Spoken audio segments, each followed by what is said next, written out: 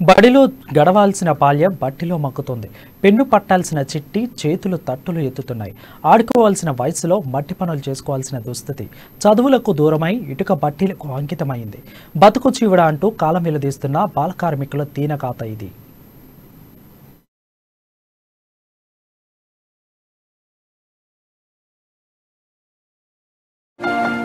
ఇటుక బట్టీల నిర్వహణకు ప్రభుత్వ అనుమతులు తప్పనిసరి.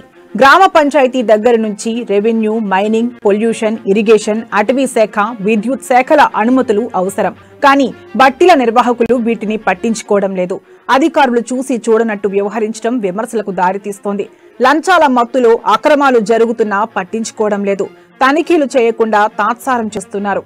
అధికారుల నిర్లక్ష్యం ఖరీదుకు పసిపిల్లల బాల్యం మట్టిపాలవుతోంది. భవిష్యత్తులో ఎంతో ఎత్తుకు ఎదగాల్సిన బడియీడు పిల్లలు బట్టీల మధ్య కాలం వెళ్లదీసే దుస్థితి నెలకొంది.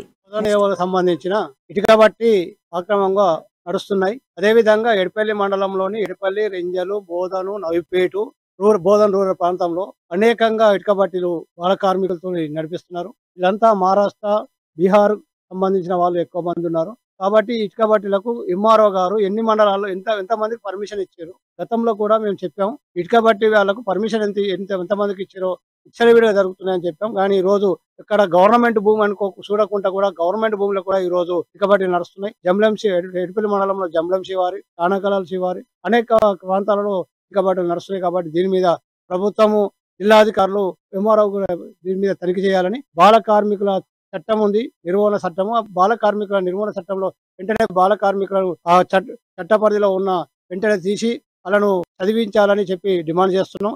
లేని ఎడల గ్రామంలో ఉన్న, మండలంలో ఉన్న, ఈ బోధ నియోజకవర్గంలో ఉన్న ఇటుక బట్టి కార్మికులందరినీ ఐక్యం చేసి ఎంఆర్ ఆఫీస్ ముందు ధర్నా చేస్తామని చెప్పి డిమాండ్ చేస్తాం. ఇటుక బట్టిలో పనిచేస్తున్న బడియీడు పిల్లల్లో అత్యధికంగా మన పొరుగు రాష్ట్రాలైన కర్ణాటక, మహారాష్ట్ర, ఒరిస్సా, ఛత్తీస్గఢ్ రాష్ట్రాల బాల కార్మికులే. కనీస వసతులు కల్పించకుండా పని చేయించుకుంటున్నారు. అరకొర వేతనాలు చెల్లిస్తూ శ్రమ దోపిడీకి పాల్పడుతున్నారు బట్టీ వ్యాపారులు. కొన్ని సందర్భాల్లో వీరిని దారుణంగా కొట్టడం, తిట్టడం పరిపాటిగా జరుగుతోంది. అనుకోని పరిస్థితుల్లో అనారోగ్యం పాలైన బట్టీల నిర్వాహకులు మాత్రం పిల్లలను పట్టించుకోవడం లేదు. తల్లిదండ్రులకు దూరమై బతుకు భారమై కాలం వెళ్లదీయాల్సిన దౌర్భాగ్య పరిస్థితి ఈ పసిపిల్లలది. బాధలు చెప్పుకోవడానికి తల్లిదండ్రులు లేరు.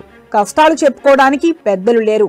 ఏదైనా అనారోగ్యం వస్తే ఆదుకోవడానికి అయినోళ్లు అందుబాటులో ఉండరు అన్నట్టు అమాయకంగా కాలం వెళ్లదీస్తున్నారు.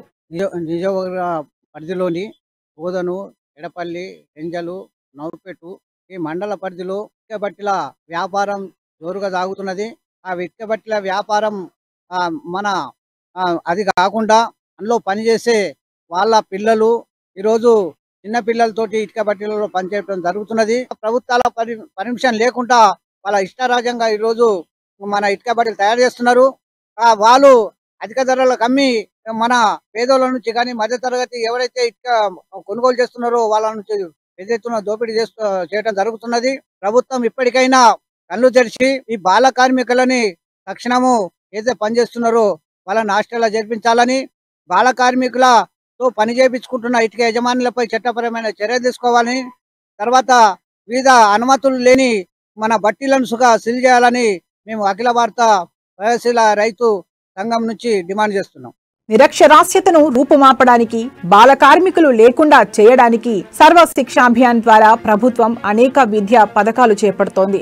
అందులో భాగంగా కార్మికుల పిల్లలను విద్యావంతులను చేయడానికి పరిశ్రమల వద్దనే పాఠశాలలను నెలకొల్పుతుంది. అయితే ఇటుక బట్టీల్లో పనిచేసే పిల్లలను బడిబాట పట్టించే ప్రయత్నం మాత్రం చేయడం లేదు. కనీసం తనిఖీలు చేసి బాల కార్మికులను గుర్తించే ప్రయత్నం చేయకపోవడం శోచనీయం. బాల కార్మికుల చదువులకు నిధులు వస్తున్నా పక్కదారి పట్టిస్తూ నిద్రమత్తులో జోగుతున్నారు. పట్టించుకునే విద్యాశాఖ అధికారులే లేకపోవడంతో ఇటుక కాంట్రాక్టర్లు పేట్రేగిపోతున్నారు. ఇకనైనా సంబంధిత ప్రభుత్వ శాఖల అధికారులు మేల్కొని ఇటుక బట్టి నిర్వాహకుల ఆగడాలను ఆపివేసి బాల కార్మికులను బడిబాట పట్టించే ప్రయత్నం చేయాలని ప్రజలు, స్వచ్ఛంద సంస్థల నిర్వాహకులు కోరుతున్నారు.